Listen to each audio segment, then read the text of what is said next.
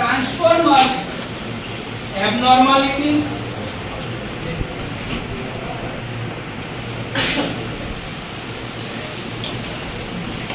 and faults. તો સૌથી પહેલું ટ્રાન્સફોર્મરને પ્રોટેક્શન કેમ આપવાનું? ટ્રાન્સફોર્મરને પ્રોટેક્શન કેમ આપવું પડે ભાઈ? એક તો સાહેબ કે હેલ્ધી કન્ડિશનમાં હેલ્ધી રહે અને ફોલ્ટી કન્ડિશનમાં એને નુકસાન થાય. ફોલ્ટ આગળ બી ના જતો રહે અને ફોલ્ટ ચાલુ બી ના રહે. ફોલ્ટ આગળ બી ના જાય અને ફોલ્ટ ચાલુ બી ના રહે. Yes or no? પ્રોટેક્શન એટલા માટે જ આપવાનું ને કે ભાઈ પ્રોટેક્શન ના એટલા માટે કે સાહેબ કોઈ સાધનને નુકસાન ના થાય, કોઈ માણસને નુકસાન ના થાય, ફોલ્ટ ટાઈમે ક્લિયર બી થઈ જાય એટલે કે લાંબો ટાઈમ સુધી સિસ્ટમમાં ફોલ્ટ રહેવી નહીં. એટલા માટે પ્રોટેક્શન જરૂરી છે. તો સર આ પ્રોટેક્શન આપણે આપીએ કોના માટે? કાં તો એબનોર્મલ કન્ડિશન કે જે ઇચ્છનીય કન્ડિશન નથી અથવા તો ફોલ્ટ. સર જેમ કે તો એબનોર્મલ કન્ડિશનમાં મારાથી શું કહી શકાય? ઓવરલોડ. કે ભાઈ ખબર આપણે જોઈએ ને અમુક વાર જે રસ્તા પર ટ્રકો ચાલે છે, ટ્રકનું એક વજન ફિક્સ છે પણ જનરલી એના કરતા વધારે વજન સાથે જતી હોય તો એને શું કહેવાય? કેટલી ઓવરલોડેડ છે. એવું આપણી સિસ્ટમમાં કોઈ ઇક્વિપમેન્ટ નો રેટેડ કરંટ 100 એમ્પિયર્સ છે અને 120 એમ્પિયર લઈ રહ્યું હોય તો શું કહેવાય? ઓવરલોડ. કે ભાઈ આ પર 20 એમ્પિયર એટલે કે 20% નો ઓવરલોડ જેવું કહેવાય. તો એ ઓવરલોડ જે છે એ ધારો કે થોડાક જ સમય માટે હોય કે ભાઈ 5 મિનિટ 10 મિનિટ 15 મિનિટ તો એ ચાલી જાય, પણ એ 24 કલાક માટે હોય તો ચાલે? તો એબનોર્માલિટી અને ફોલ્ટ વચ્ચેનો તફાવત ખબર હોવો જોઈએ કે ભાઈ પરમાનન્ટ abnormality is fault.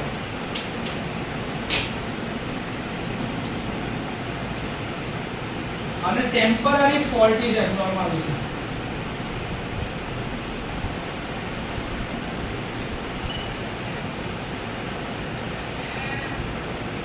આ ખાલી ને ખાલી યાદ રાખવા માટે મેં મારી સમજણ માટે લખેલું છે. આ કોઈ જગ્યાએ એવું લખેલું નહીં, કોઈ જગ્યાએ છપાયેલું નહીં.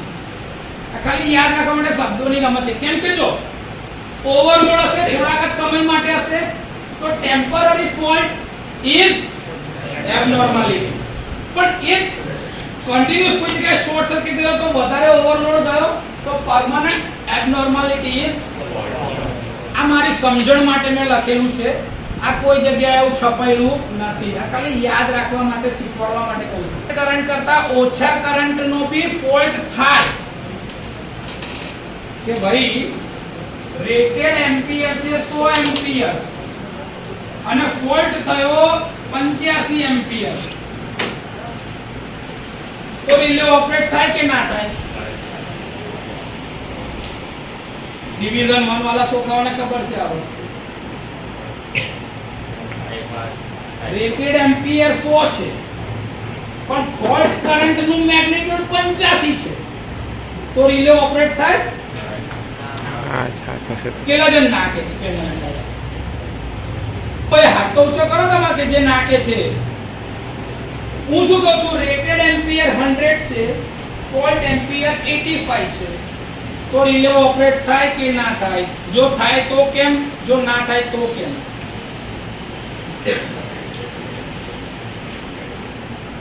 અંદર અંદર શું વાત કરો?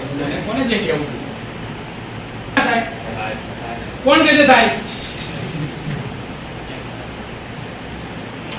ભાઈ પાછળ વાળા બધા થશે? કેમ થશે?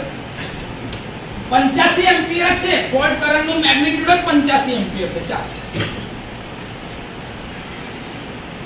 પૂછું અનિશ, તને પૂછું. આપણે ભણેલા છીએ રાજુ, તને બી પૂછું. ભાઈ મીઠા કરે ના થાય ઓપરેટ?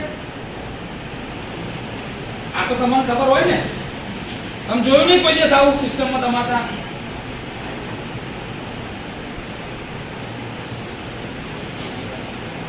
રિલે ઓપરેટ થશે સર 85 એમ્પિયર નો ફોલ્ટ છે એ તો રેટેડ કરતા ઓછો છે તો બી રિલે ઓપરેટ થશે થશે આ 100 એમ્પિયર જે છે ને બેલેન્સ લોડિંગ છે યાદ કરો એનો ફેઝર આવા છે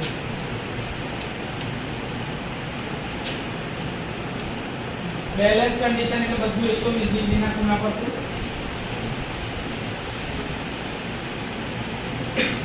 પણ જ્યારે ફોલ્ટ થાય છે તો આ બેલેન્સ કન્ડિશન રહે છે ખરી એના ફેઝર ના એંગલ બદલાઈ જશે ઇમ્બેલેન્સ થશે શું થશે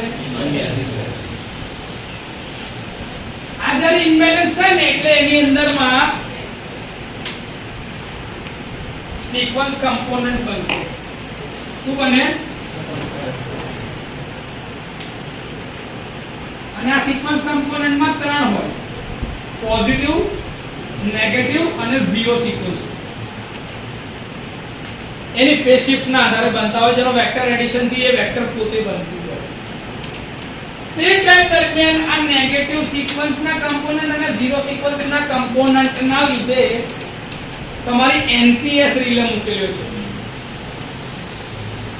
છે જે એનપીએસ જે છે ને એ ફેઝ સિક્વન્સ કન્ટીન્યુઅસલી જોતી હોય જે આગળ આ ફેઝ ઇમ્બેલેન્સ ડિટેક્ટ થાય ને ફેઝ ઇમ્બેલેન્સ ની અંદરમાં રિલે જતી રહે એ ના થાય ને તો આમાં શું થાય કે નેગેટિવ સિક્વન્સ ના કમ્પોનન્ટ્સ જે છે ને એ જે નોર્મલ ફોલ્ટ કરંટ જે જતો છે અને જે નોર્મલ રેટેડ કરંટ છે એ બંનેના લીધે જે હીટિંગ પ્રોડ્યુસ થાય ને એ અલગ હોય આની અંદરની હીટિંગ નોર્મલ હીટિંગ કરતા 5 થી 7 ગણી વધારે હોય તો થર્મલ રિલે ભી કપાઈ જાય સિક્વન્સ રિલે જે છે એ ફેઝ ઇમ્બેલેન્સ રિલે કે ફેઝ સિક્વન્સ જો છે એ તો બરોબર પણ બંનેનો એંગલ ભી તો જોવાનો ને ફેઝ એંગલ ડિટેક્શન ના હોય ફેઝ એંગલ ડિટેક્શન ચેક કરશે અને ઇમ્બેલેન્સ ની અંદરમાં રિલે કાઢ નાખશે તો રેટેડ એમ્પિયર કરતા ઓછાના ફોલ્ટ માં ભી રિલે ઓપરેટ થઈ જશે ડિજિટલ રિલે માં નાખેલા હોય આ સેટિંગ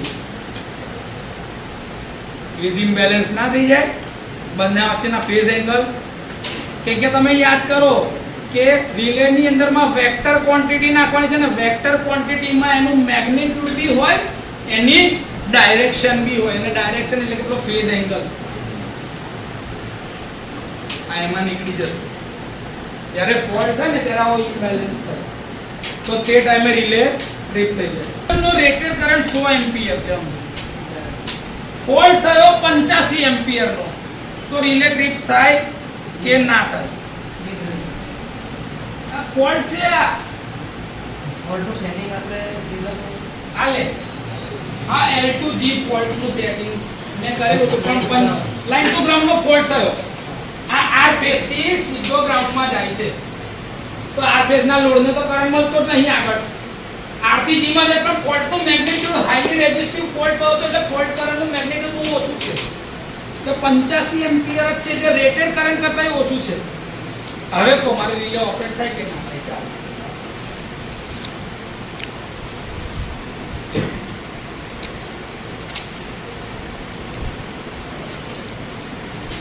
સોલ્યુશન તમારે આ સામે જ છે જો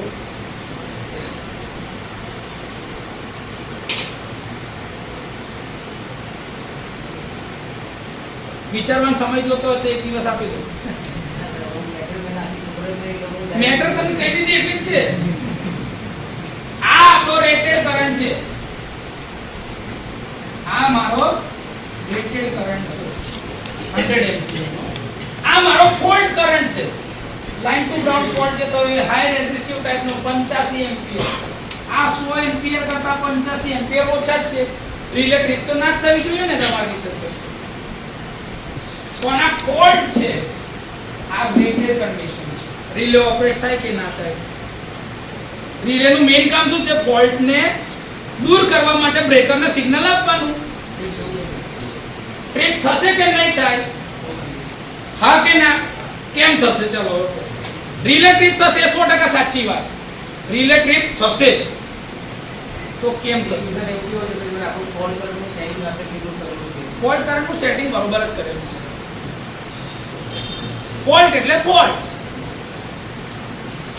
જ્યારે આવું થાય ને તો આ તમારું નોર્મલ લોડિંગ કન્ડિશન છે બેલેન્સ R/P Unbalanced થશે ને સર? ઇમ્બેલેન્સ થશે આ છે ફેઝ ઇમ્બેલેન્સ થાય ને તો મેગ્નીટ્યુડ ની સાથે એના ફેઝ એંગલ ની બી અસર જોવાય ફેઝ એંગલ બદલાઈ ગયા Recycle એના લીધે એના પોઝિટિવ નેગેટિવ સિક્વન્સ ને ઝીરો સિક્વન્સ કમ્પોનન્ટ પડે એના લીધે ડિજિટલ રિલે ને ખબર પડે કે ભાઈ ઇમ્બેલેન્સ થયું છે unbalanced ઇમ્બેલેન્સ થાય એટલે તમારી રિલે નીકળી જશે ભલે ને મેગ્નીટ્યુડ ઓછું રહ્યું પણ ફેઝ ઇમ્બેલેન્સ દેખાય એટલે તરત નીકળી જશે તો રેટેડ કરંટ કરતા ઓછામાં ફોલ્ટ થાય ને તો બી રિલે ઓપરેટ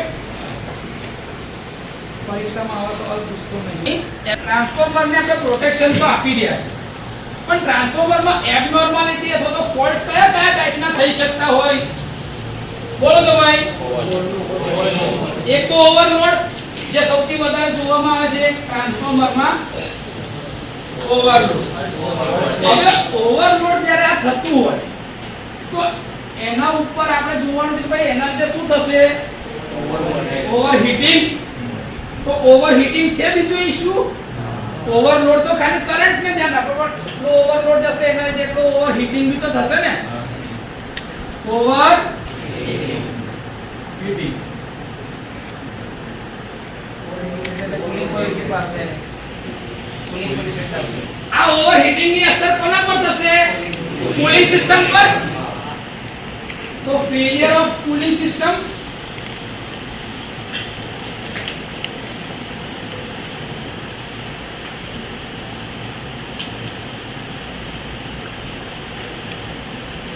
જે ટ્રાન્સફોર્મરમાં સૌથી વધારે આપણે સિસ્ટમમાં ફોલ્ટ જે કયા છે અર્થ ફોલ્ટ અથવા તો ફેસ ટુ ફેસ ફોલ્ટ હા કે ના એટલે ફેસ ફોલ્ટ થઈ શકે છે ટ્રાન્સફોર્મરમાં અથવા તો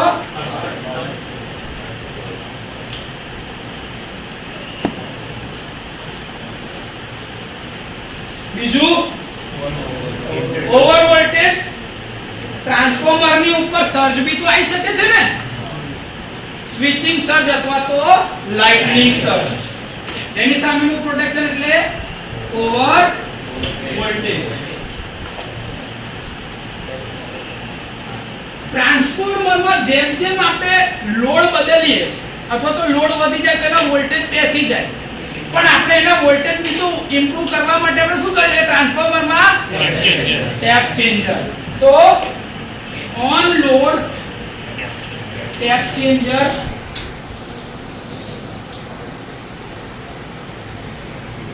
અને લાસ્ટ ઇન્ટર વાઇન્ડિંગ ફોલ્ટ શું કહું છું એને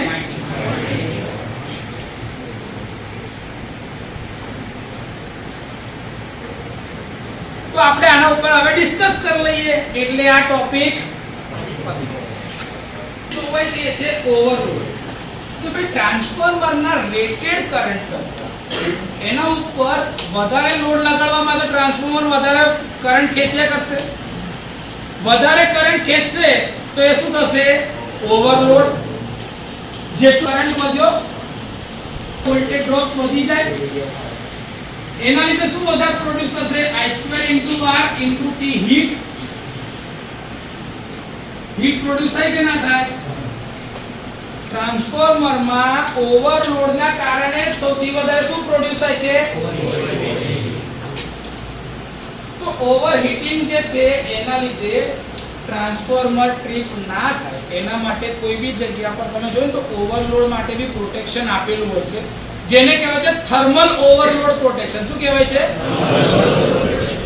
થર્મલ એટલા માટે કેમ કે ટેમ્પરેચર ઉપર આધારિત છે તાપમાન ઉપર આધારિત છે ને એટલે એને કહે છે થર્મલ અને કયું પ્રોટેક્શન છે થર્મલ ઓવરલોડ પ્રોટેક્શન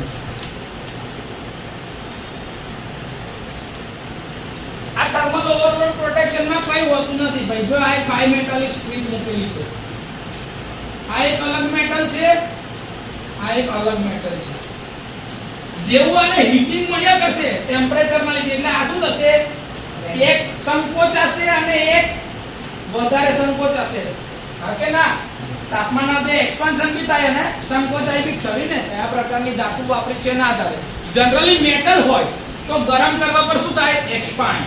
શું થાય? તો આ એક્સપાન્ડ થાય તો એના લીધે શું હોય કે ભાઈ અહીંયા આગળ તમે એક કોન્ટેક્ટ મૂકી રાખેલો છે, જેને ધક્કો વાગે ને એટલે રિલેની ટીપ કોઇલ એનર્જાઇઝ થાય. શું થાય?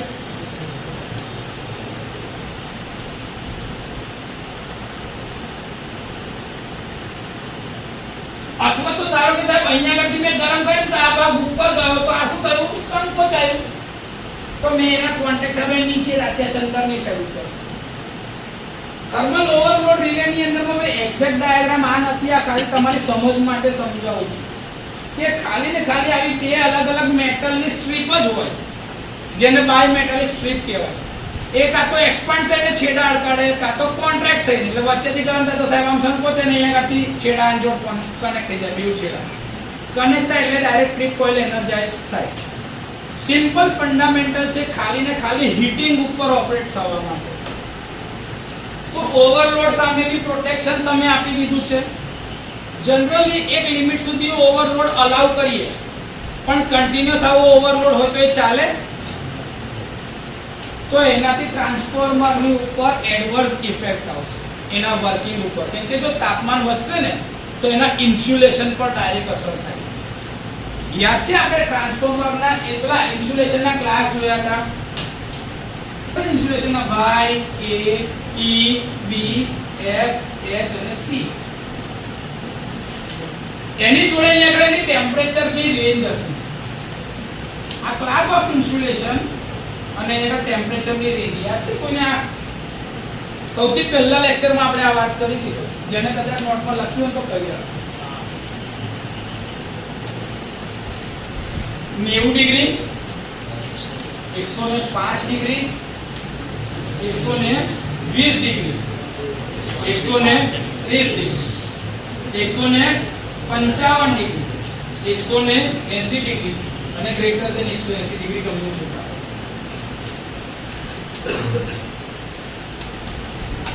Y, A, E, B, F, H, C. B centre માં છે, જોઈ લો બે બાજુ 3 છે, સેન્ટર 130 છે. પછી 10 ઓછા કરવાના, 25 ઉમેરવાના છે. કેવી રીતે? જો આ બેનો ડિફરન્સ કેટલો? આ બેનો 15 15 ને 10 બીજા 25 ઉમેર. યાદ રાખવા માટે મહેનત કરવાની જ નથી. 15 15 15 એટલે 90 થી ચાલુ કર. 90 ને 15 105, બીજા 15 120, 10 130, 15 ને 10 25 એટલે 155, બીજા 25 ઉમેર 180 ને 180 કરતા વધારે. આ એનો ઇન્સ્યુલેશન ક્લાસ છે. આ ક્લાસના ઇન્સ્યુલેશન અંદર ટ્રાન્સફોર્મરમાં મૂકેલા હશે. જો તાપમાન વધારે થાય તો આ ઇન્સ્યુલેશનનું ડેમેજ થઈ શકે છે. એટલે ઓવરલોડિંગ એક લિમિટ કરતા વધારે જવું જોઈએ. ક્લિયર? તો પહેલો પોઈન્ટ, હવે કોઈને કોઈ ડાઉટ પહેલા પોઈન્ટમાં ઓવરલોડ માટે? તમારી ચોપડી એક કે બે લાઈન લખીને છૂટી જશે, પણ જો તમને પૂછવામાં આવે ટ્રાન્સફોર્મરના ઓવરલોડ પ્રોટેક્શન સમજાવો તો એમાં તમે એક લાઈન લખીને છૂટી જશો. પછી એવું લાગે સર આ તો સિલેબસ બહારનો પ્રશ્ન છે. તને ઓલરેડી ઓવરલોડ પ્રોટેક્શન શીખવાડેલું છે ચેપ્ટર નંબર 1 માં. તારે હવે જ્યાં દેખાતું હોય ત્યાં ટ્રાન્સફોર્મર મૂકતું જવાનું. ટ્રાન્સફોર્મર ઓવરલોડ ને પહેલા ચેપ્ટર વાળી થિયરી લખી નાખો. ક્લિયર? સમજ પડશે? એનો ઓપરેટિંગ પ્રિન્સિપલ હોય શીખવાડી દીધો છે. સર આ ઓવરહીટિંગ જે છે, આ ઓવરહીટિંગ કેમ થાય? આના કારણ શું? એક તો આપણે સૌથી પહેલું જોઈ લીધું ઓવરલોડ. બીજું ઓવરહીટિંગ થવાનું બીજું કારણ શું? કરંટ વધારે છે તો થાય. બીજું ધારો કે કુલિંગ સિસ્ટમ બંધ થઈ ગઈ, ધારો કે કોઈ ટેમ્પરેચર તો વધ્યું ને, તો ફેલિયર ઓફ કુલિંગ સિસ્ટમ કહેવાય.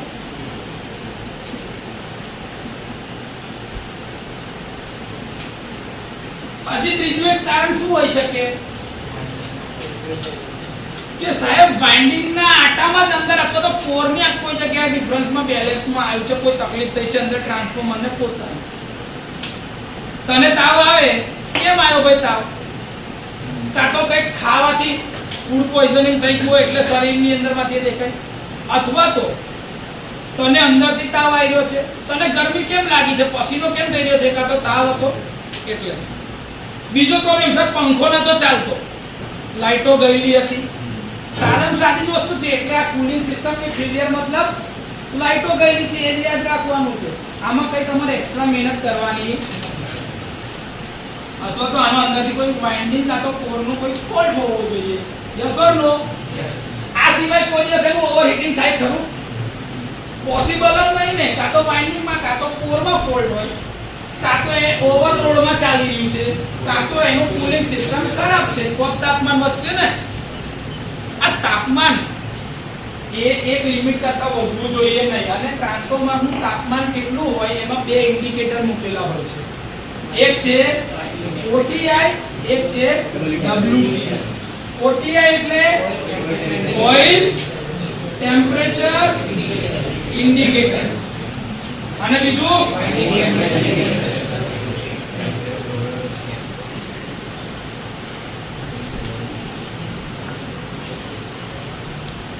આ બંને ઇન્ડિકેટરમાં ટેમ્પરેચરની પાછી રેન્જ જે છે એ કન્ટિન્યુઅસલી કંટ્રોલ પેનલમાં આના સિગ્નલ જતા હોય, એ ખબર પડે કે ભાઈ ટ્રાન્સફોર્મરના ઓઇલનું ટેમ્પરેચર આટલું છે, વાઇન્ડિંગનું ટેમ્પરેચર આટલું છે.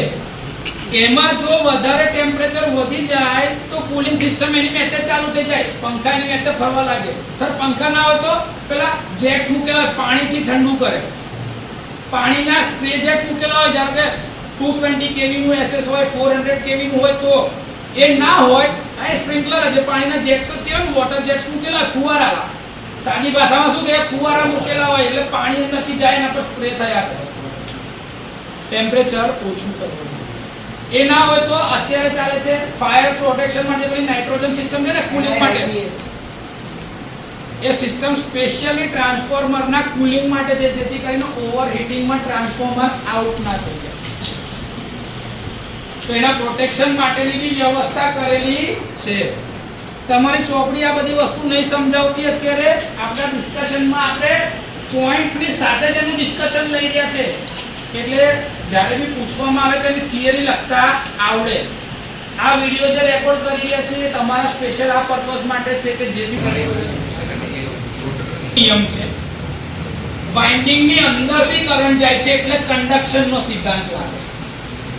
ઓઇલ એને અડકેલું છે એટલે કન્વેક્શનનો પ્રિન્સિપલ લાગે. કન્ડક્શનમાં જેટલી હીટ મળતી હોય કન્વેક્શનમાં એના કરતા ઓછી મળે. રેડિયેશનની હીટ વધારે હોઈ શકે કે ઓછી હોઈ શકે, ડિપેન્ડ કરશે રેડિયેશન કેટલું સ્ટ્રોંગ છે. રેડિયેશન કેટલું સ્ટ્રોંગ છે એના આધારે નક્કી થાય કે હીટિંગ વધારે મળે છે કે ઓછું મળે છે. બાકી આ સૂરજનો જે પ્રકાશ તમને મળે છે એ રેડિયેશનના ફોર્મમાં જ છે, પણ તોય તમને ગરમી લાવે છે, બધાને પસીના છોડાઈ દે છે. રેડિયેશન જ છે એ બી એક. એટલે રેડિયેશન કેટલું સ્ટ્રોંગ છે, એની ઇન્ટેન્સિટી કેટલી છે એના આધારે નક્કી થાય કે એની હીટ કન્ડક્શનમાં વધારે મળે છે, કન્વેક્શન કરતાં વધારે મળે છે કે એ બધું નક્કી થાય રેડિયેશનની માત્રા ઉપર. કીમોથેરાપી તમારે ધારો કે કેન્સર માટે થતી હોય, ખબર અંદરના કણ બધા મરી જાય છે. લેસર એ બી તો રેડિયેશન જ છે ને, ચશ્માનો નંબર દૂર કરવા માટે જે સર્જરી કરે છે. રેડિયેશન કેટલું સ્ટ્રોંગ છે ડિપેન્ડ કરે છે કે કયું રેડિયેશન છે અને એની ઇન્ટેન્સિટી કેટલી છે, તો એના આધારે હીટ કેટલી પ્રોડ્યુસ થશે એ નક્કી થાય. જ્યારે કન્ડક્શન ને કન્વેક્શનમાં સિમ્પલ છે. કન્ડક્શન એટલે એની અંદરથી જઈ રહ્યું છે, કન્વેક્શન એટલે એના સપોર્ટમાં આવી રહ્યું છે. આ યાદ રાખો. એટલે કન્ડક્શનની હીટ વધારે હોય, કન્વેક્શનની હીટ ઓછી. એટલે વાઇન્ડિંગનું ટેમ્પરેચર વધારે હોય, ઓઇલ એના સરાઉન્ડિંગમાં છે એટલે ઓઇલનું ટેમ્પરેચર પ્લસ ઓઇલમાં શું થશે, એ હીટ જે છે ને આખા બધા મોલેક્યુલ્સમાં ફેલાતી જાય. બાઇન્ડિંગમાં ફેલાશે, બાઇન્ડિંગમાંથી તો કન્ટિન્યુઅસલી જયા જ કરવાની છે એટલે એનું મેગ્નીટ્યુડ વધારે, એટલે કે એનું ટેમ્પરેચર એટલે વધારે હોય ઓઇલ કરતા. તો ચેકથી આવતો થઈ ગયો. ત્રીજો cooling system failure. Cooling system fail થવાના ચાન્સીસ કેવી રીતે આવી શકે ભાઈ? કાગળનો કંટ્રોલ વાયર છૂટો પડી ગયો હોય, કુલિંગ સિસ્ટમનો કાં તો કોઈ એબનોર્માલિટીમાં કુલિંગ સિસ્ટમનો કોઈ કમ્પોનન્ટ પંખો કે કંઈક પડી ગયું છે, કાં તો શોર્ટ થઈ ગયું છે કોઈ વાઇન્ડિંગ ના લીધે. આ સિવાય બીજો કોઈ પ્રોબ્લેમ હોઈ શકે એમાં? એક તો કંટ્રોલ કનેક્શન ના મળતું હોય, અથવા તો બીજું એની આ પંખાની કોઇલ જામ થઈ ગયો, એ બેરિંગ જામ થઈ ગઈ, એ બધા સિવાય. આ બે સિવાય બીજા કોઈ પ્રોબ્લેમ છે કુલિંગ સિસ્ટમ ફેલિયરમાં? પાણીનું જે પંપ હોય તે જામ. હા, એટલે પાણીની મોટર. એટલે મિકેનિકલ ફેલિયરમાં આપણે ગણિત લીધું કે ભાઈ મિકેનિકલમાં શું હોઈ શકે, કે આટલું જ હોઈ શકે, બીજું કંઈ હોઈ શકે? આના સિવાય કુલિંગ સિસ્ટમ ફેલ થવાના ચાન્સ છે જ. આ વસ્તુ એટલે સમજાવું છું કે ધારો કે તમે જ્યારે ફિલ્ડમાં નોકરી કરતા હશો તો તમને ખબર હોવી જોઈએ કે ભાઈ કઈ સિસ્ટમ કઈ વસ્તુના કારણે ફેલ થઈ શકે છે. આ બેસિક નોલેજ હશે કે તે ટાઈમે તમે એવું જોઈએ ને અલા ટ્રાન્સફોર્મર પ્રોટેક્શનમાં ફોલ્ટના ચાર્ટ જોવા દીધો એટલે કઈ કરતા એવું જોવા જવાશે નહીં. ત્યાં એક્શન લેવાનું છે. તમે તઈ વાંચવા જવાશે નહીં. એ ખબર જ હોવી જોઈએ તો તમારું સિલેક્શન થયું છે. બરોબર છે? એટલે તમને આ ખબર જ હોવી જોઈએ. તો કુલિંગ સિસ્ટમ ફેલ થવાના ચાન્સીસ ક્લિયર થઈ ગયા છે. કાં તો કંટ્રોલના કેબલ એને ના મળતા હોય કે ભાઈ અંદર પેલો, નહીં તો શું થાય ખબર છે, કંટ્રોલ રૂમ માંથી પેલો કે જે ભાઈ કુલિંગ ચાલુ કર પણ કુલિંગ ને સિગ્નલ જ નહીં મળી ગયું, વચ્ચેથી કેબલ જ ફોલ્ટ થઈ ગયો છે. તો એટલે ટેમ્પરેચર નું સિગ્નલ અહીંથી આ બાજુ ના આવે, કુલિંગ નું સિગ્નલ અહીંથી એ બાજુ ના જાય. તો કંટ્રોલ કેબલ જ બ્રેક કરેલો હોય તો આ એક્શન પૂરી થાય. બીજું કે ભાઈ પંખાની બેરિંગ જ જામ છે, પંખો ગોળ જ નહીં ફરતો, કાં તો પંખાની વાઇન્ડિંગ શોર્ટ થઈ ગઈ છે. તો હવે સિગ્નલ જઈ રહ્યું છે તો પંખો ગોળ ફરશે જ ફરશે. ક્લિયર છે? એ જગ્યા પર નાઇટ્રોજન ઇન્જેક્શન સિસ્ટમ હોય, તમારા ગેસનો તમારો વાલ જ ઓપરેટ નહીં થાય, ઓપન નહીં થાય, મિકેનિકલ ફેલિયર ત્યાં આગળ થઈ શકે છે ને ભાઈ, કે વાલ જ ઓપરેટ ના થયો. તમે ન્યુમેટિક સિસ્ટમ રાખેલી છે વાલ ઓપરેટ કરવા માટે, પણ એને સિગ્નલ જ ના મળ્યું તો વાલ ખોલશે ખરું? તો નાઇટ્રોજન ગેસ સૌથી ઠંડો, એ જાય જ નહીં અંદર એને કુલિંગ માટે. સ્પ્રિંકલર્સ મૂકેલા છે તો પાણીનો પંપ જ જામ થઈ ગયો, પંપ જ ના ચાલતો હોય તો પાણી જશે ખરું? એટલે કુલિંગ સિસ્ટમના ફેલિયર બહુ સિમ્પલ છે. એમાં ખાલી આ તમે વસ્તુઓ ધ્યાન રાખો ને તો આ ઇન્ટરવ્યુમાં હોય પૂછાય એવા સવાલો હોય છે બધા કે ભાઈ આપણે ધારો કે સ્વિચયાર્ડ છે, સ્વિચયાર્ડની અંદર કુલિંગ સિસ્ટમ ફેલ થવાના કયા કયા કારણ હોઈ શકે. તો આટલા તમે કહી દો, તમારી 3-4 લાખના પેકેજ સાથે જે નોકરી એ કંપની આપતી હોય, ચાન્સ તમારો એમ જ સિલેક્શનમાં આવી જાય. કે આવા જ સવાલો તો પૂછશે કે જે જનરલાઇઝ છે, કઈ એટલું બધું હેવી નહીં પૂછે તમને. કેમ કે જે બી ઇન્ટરવ્યુ લેવા આવ્યા હોય ને એને બી ભણવાનું છોડે 10-12 વર્ષ થઈ ગયા હોય, એટલે એને તો એવું ના પૂછે કે ભાઈ આ કેસીએલ ની અંદરમાં શું આવે સ્ટેટમેન્ટ બોલજો, કોમના નિયમનું સ્ટેટમેન્ટ પૂછે ખરો, પણ એમાં તમે પ્લસ માઇનસ થોડું કામ તેમ કરી નાખો તો એ તમને કશું કહે નહીં. કેવું છે? તો કુલિંગ સિસ્ટમ વાળું બધી હા. ચોથા નંબર પર છે face to face. Face to face એટલે R to Y, Y to B, R to B, R to Y to. આવું થવાના ચાન્સીસ કેવી રીતે થાય? ઇન્સ્યુલેશન ખરાબ હોય. ચાલો એક વાઇન્ડિંગ ઇન્સ્યુલેશન ખરાબ. ચાલો પણ ઇન્સ્યુલેશન ખરાબ કેવી રીતે થયું? કાં તો ઓવરલોડ કાં તો ઓવરહીટિંગ,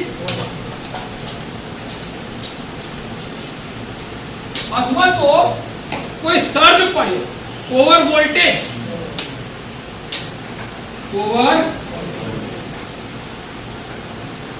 ઓવરલોડ એટલે સાહેબ વધારે પડતો કરંટ I2 * R * T માં, ઓવરહીટમાં બી I2 * R * T, અને આની અંદરમાં ઓવર વોલ્ટેજ એટલે કે એનું મેગ્નીટ્યુડ, વોલ્ટેજનો રાઇઝ ટાઈમ ને ફોલ ટાઈમ જેટલું ઓછો છે એટલું મોટું કરંટ વોલ્ટેજનું મેગ્નીટ્યુડ છે કે જે તરત જ એને ઇન્સ્યુલેશન પર ડેમેજ કરે છે. આની અંદરમાં બે ટાઈપના સર્જ આવી શકે છે. વારંવારનું સ્વિચિંગ, જેને આપણે કહે છે સ્વિચિંગ સર્જ. શું કહે છે? અને આ બાજુ લાઇટનિંગ એટલે કે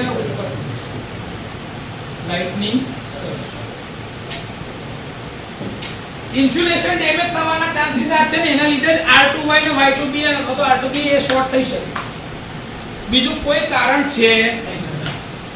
આના સિવાય બીજું કોઈ કારણ છે ખરું? આટલામાં કોઈ ડાઉટ હોય તો બોલો. કે તમે જોશો તો તમારો ચોપડી ખાલી ઇન્સ્યુલેશન ડેમેજ ના કારણે. પણ ઇન્સ્યુલેશન ડેમેજ કેમ થાય છે? આ ત્રણ કારણના લીધે. જ્યારે બી હું ભણાવાઈશ ને તો હું આવી રીતે તમને છેક રૂટ કોઝ સુધી લઈ જઈશ એટલે તમને એમ જ ખબર પડી જાય કે અચ્છા આટલા સિવાય બીજું કંઈ છે જ નહીં. તો ફેઝ ફોલ્ટ આના લીધે થાય છે.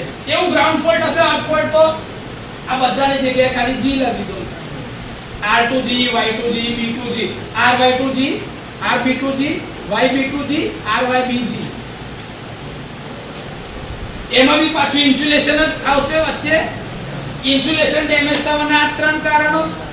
તો ફેઝ ફોલ્ટ અને અર્થ ફોલ્ટ માટે ખાલી એટલું જ હોય. હા, ફેઝ ફોલ્ટ અને અર્થ ફોલ્ટની રિલેના કનેક્શનમાં સેટિંગમાં ચેન્જ હોય. ફેઝના સેટિંગ વધારે હોય, ગ્રાઉન્ડ રિલેના સેટિંગ ઓછા હોય. કેમ એવું સાહેબ? કે ભાઈ એની અંદર અર્થિંગ રેઝિસ્ટન્સ પિક્ચરમાં આવતો હોય ગ્રાઉન્ડમાં, એટલા માટે થઈને ગ્રાઉન્ડ રિલેના સેટિંગ ફેઝ રિલે કરતા ઓછા હોય. આ બહુ સાદી વાત છે. ઇન્ટરવ્યુમાં આવું પૂછે કે ભાઈ ફેઝ રિલેના સેટિંગ ઓછા હોય કે ગ્રાઉન્ડ રિલેના? ફેઝ રિલેના સેટિંગ. અલગ પડી ખોટો જવાબ તૈયાર પડી જશે આવું કહેશો તો. એટલે આ બધી વસ્તુ અત્યારે ભલે એવું લાગતું હોય પણ આ જવાબો બધા યાદ રાખજો, ત્યારે બી કામ લાગશે.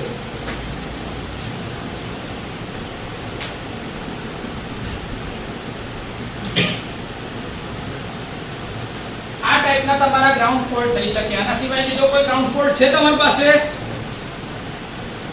છે. ગ્રાઉન્ડ જ ઓપન થઈ ગયું તો આના સિવાય બીજો ફોલ્ટ છે. આ તમે જે વાત કરી એ ખાલી કરંટના બેઝ પર, પણ ગ્રાઉન્ડનું કનેક્શન ટર્મિનલ જ લૂઝ કોન્ટેક્ટમાં નીકળી ગયું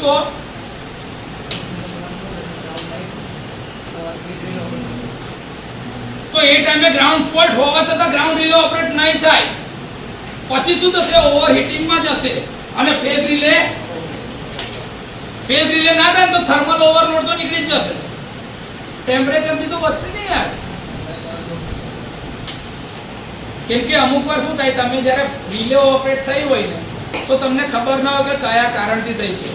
એના પછી જ્યારે એના ફોલ્ટના ડાયાગ્રામ લેવામાં આવે રિલેની અંદરથી, ડિસ્ટર્બન્સ રેકોર્ડર જે હોય ને એ એક્સટ્રેક્ટ કરવામાં આવે.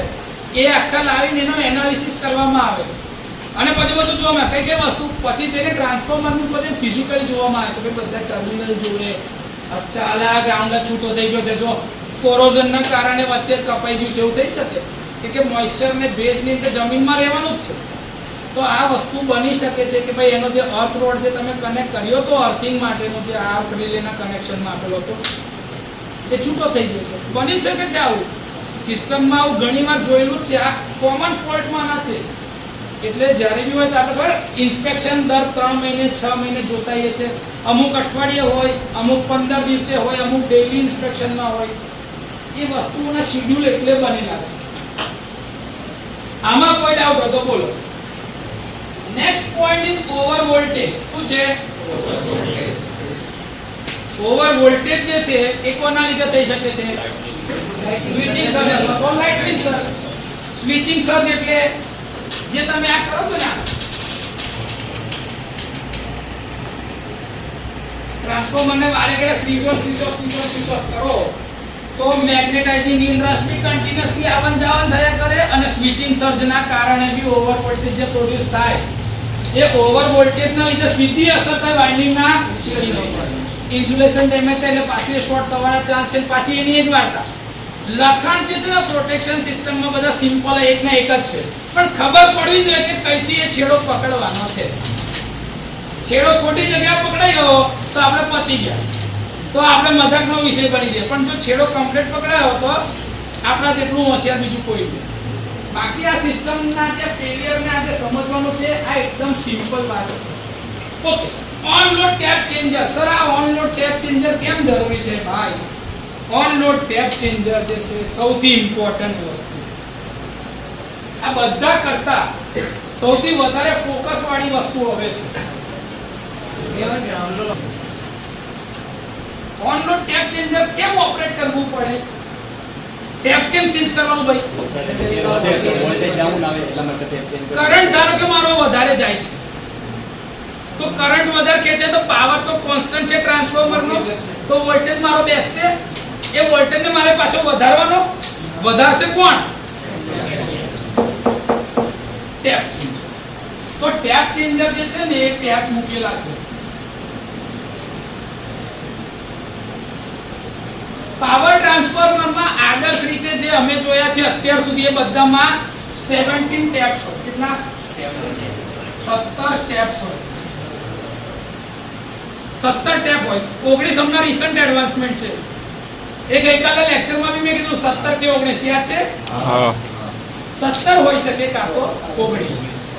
એમાં નોમિનલ ટેપ ફિક્સ છે 3 4. આગળની સિસ્ટમમાં જેમ જેમ વોલ્ટેજ લેવલ વધારે હોય ને એમ નોમિનલ ટેપ બદલાતો જાય. 9 અમુકમાં 9 એ રીતે અલગ બી આપેલો હોય. પાવર ટ્રાન્સફોર્મરમાં આવું હોય 9 અથવા તો 9A 9B. તો 9 ની અંદર 9A ને 9B અલગ આપેલા હોય જેના વોલ્ટેજ લેવલમાં થોડો ડિફરન્સ મૂકેલો હોય.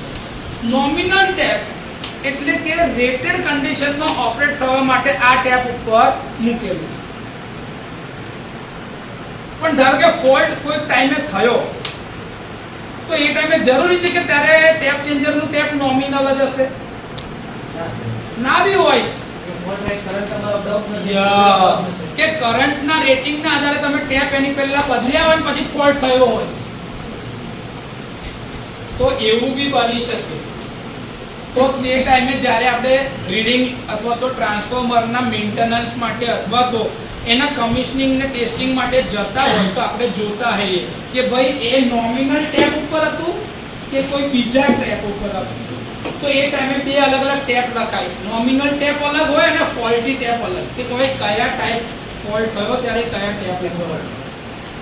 અને જ્યારે આખા ચેન્જીસ લેતા હોઈએ આપણે તો એના રેશિયો ટેસ્ટ ને અંતે બતા લઈએ તો બધા ટેપ ઉપર લેવા પડે કે ભાઈ બધા ટેપ ઉપર આ રેઝિસ્ટન્સ આપણે જે કોન્ટેક્ટ રેઝિસ્ટન્સના ટેસ્ટ છે, પછી આના ટ્રાન્સફોર્મના ટેસ્ટ કે ભાઈ પ્રાઇમરી પર આ ટેપ રાખેલું હતું તો આટલા વોલ્ટની સામે સેકન્ડરી પર આટલા મળે છે કે નહીં એ કન્ટિન્યુઅસલી ચેક થયા કરે.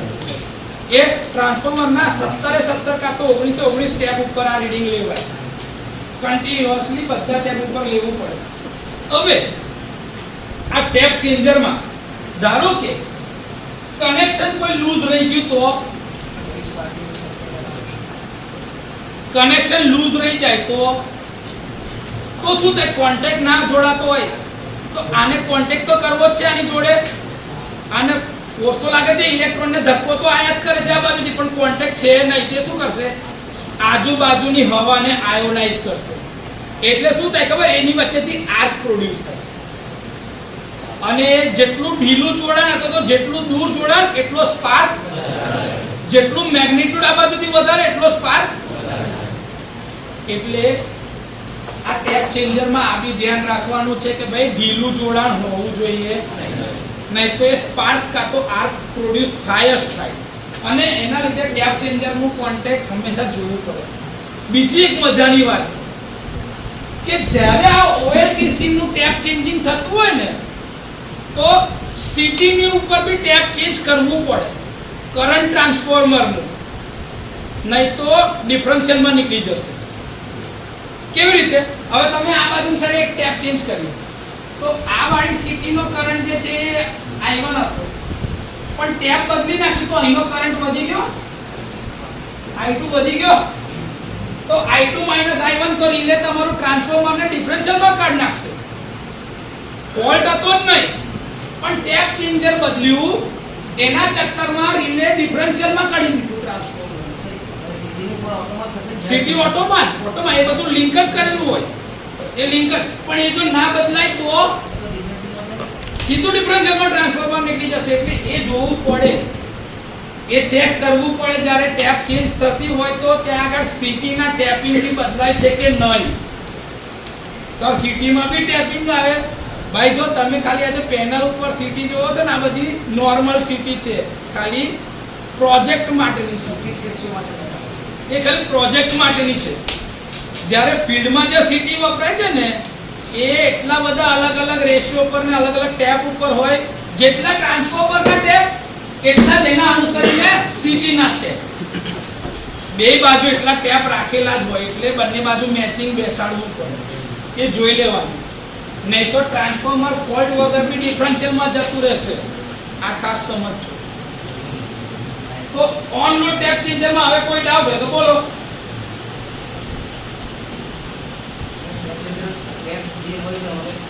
વોલ્ટેજ બે છે એટલે તો તમે પ્રાઇમરી નું ટેપ ચેન્જ કરો તો સેકન્ડરી માં એના અકોર્ડિંગલી વોલ્ટેજ જવા લાગે. બૂસ્ટ જ કરવો છે ને તારે તો, એટલે પ્રાઇમરી બાજુ તે હોય ડીસી લગાડેલું હોય. કોઈ ડાઉટ? Winding fault. સાહેબ વાઇન્ડિંગ ફોલ્ટ માં શું થશે? વાઇન્ડિંગ ફોલ્ટ થવાનું કારણ શું? ઇન્સ્યુલેશન ડેમેજ થયું. વાઇન્ડિંગ ફોલ્ટ થવાનો ચાન્સ ક્યારે આવે? ઇન્સ્યુલેશન ડેમેજ થાય તો. ઇન્સ્યુલેશન ડેમેજ શેના લીધે થઈ શકે?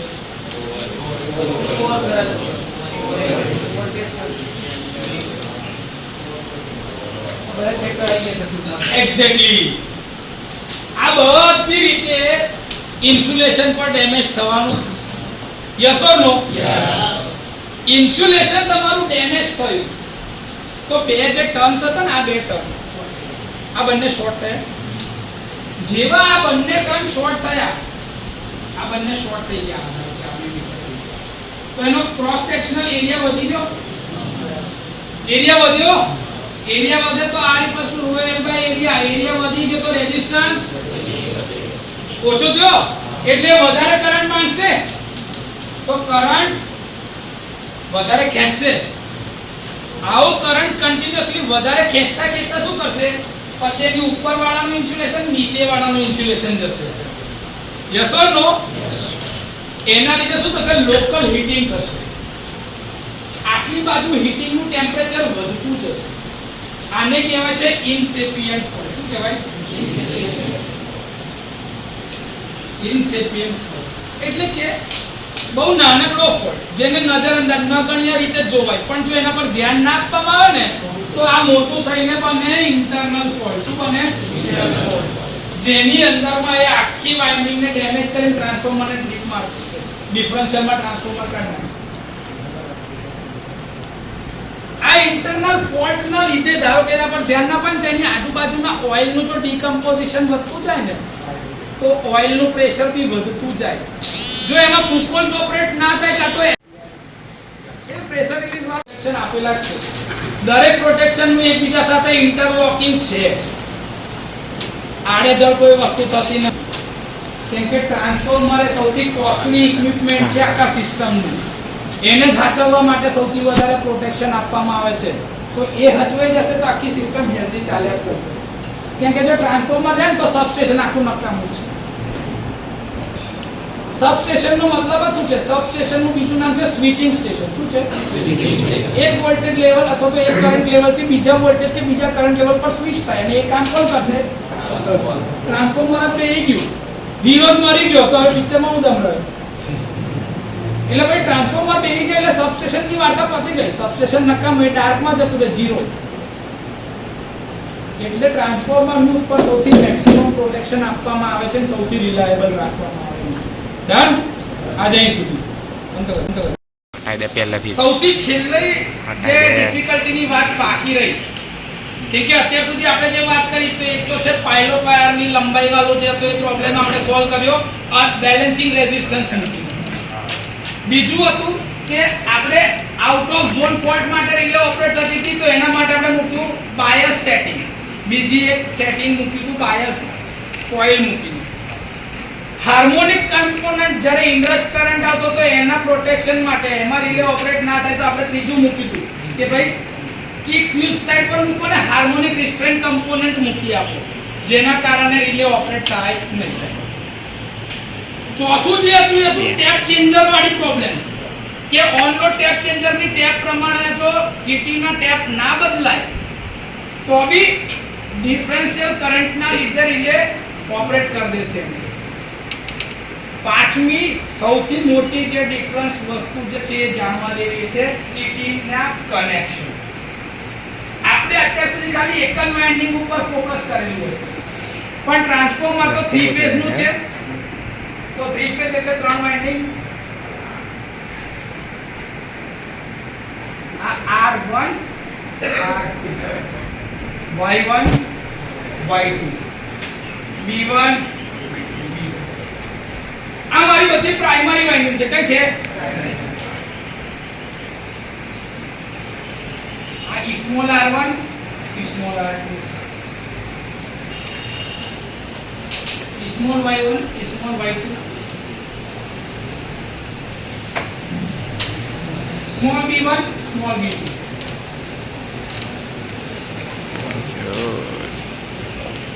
આ થ્રી ફેઝ ની વાઇન્ડિંગ છે બે બાજુ.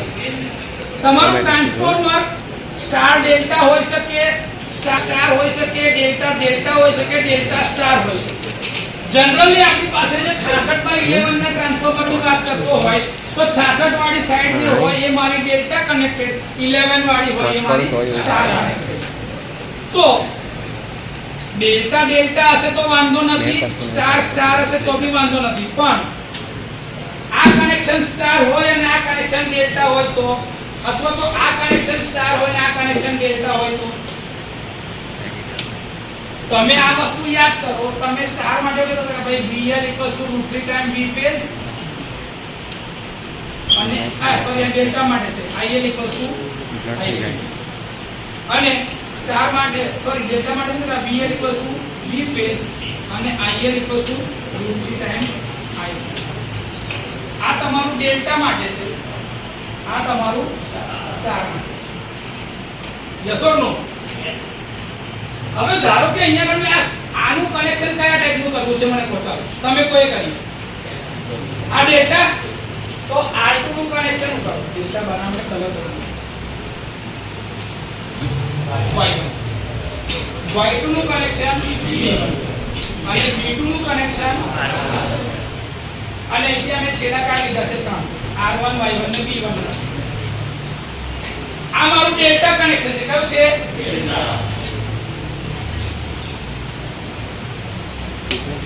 આને સ્ટાર બનાવી દઉં.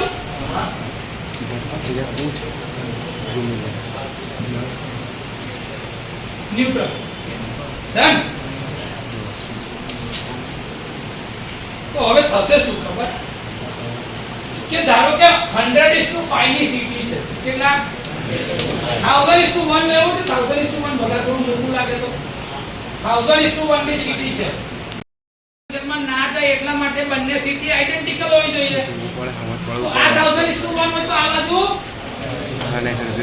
1000:1 ને? Yes or no? યસ. તમે ધારો કે આ બાજુની 1000:1 ની સીટી લીધી, પણ હવે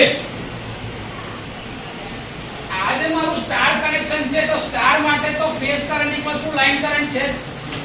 તો અહીંયા આગળનો ફોલ્ટ કરંટ કેટલો જોશે? આ 1 એમ્પિયર જ જોશે નોર્મલ રેટેડ કરંટ 1000:1 માં. પણ પેલું જે છે સોરી આ તો ડેલ્ટા છે. અહીંયા આગળ જે કરંટ છે કેટલું જોશે? 1 એમ્પિયર જ જોશે. પણ આ બાજુનો કરંટ √3 * 1 એટલે કે 1.73 એમ્પિયર. રાધા નોર્મલ કન્ડિશનમાં આ બાજુ 1.73 એમ્પિયર અને આ બાજુ 1 એમ્પિયર રિલે એમાં ટ્રીપ થઈ જશે કોઈ ફોલ્ટ વગર. સીટી રેશિયો બદલે નહીં, સીટી ની પોલારિટી બદલવી પડે. આ પ્રોબ્લેમનું સોલ્યુશન શું હોય કે જો ટ્રાન્સફોર્મરની વાઇન્ડિંગ ડેલ્ટામાં છે તો સીટી નું કનેક્શન સ્ટાર, ટ્રાન્સફોર્મરની વાઇન્ડિંગ સ્ટારમાં છે તો સીટી નું કનેક્શન ડેલ્ટામાં. એટલે સ્ટાર બાજુની સીટી જે હોય વાઇન્ડિંગની સીટી એ ડેલ્ટામાં જાય, ડેલ્ટા વાઇન્ડિંગ સાઈડની સીટી સ્ટાર. તો બંને બાજુની ફેઝ શિફ્ટ બેલેન્સ થાય તો જ કરંટ બેલેન્સના સિદ્ધાંત ઉપર કામ કરશે, બાકી કામ કરશે. સૌથી અગત્યની વાત જે જાણવાની હતી એ આ હતી કે સિંગલ ફેઝ ઉપરથી કન્સેપ્ટ સમજાય, થ્રી ફેઝ ઉપરથી તકલીફ સમજાય. તો આ સૌથી મોટી તકલીફ જે નોર્મલ કન્ડિશનમાં પડી આ એને દૂર કરવા માટે ડેલ્ટા સાઈડની વાઇન્ડિંગના સીટી કનેક્શન સ્ટાર, સ્ટાર સાઈડની વાઇન્ડિંગના સીટી કનેક્શન ડેલ્ટા. ડન? હા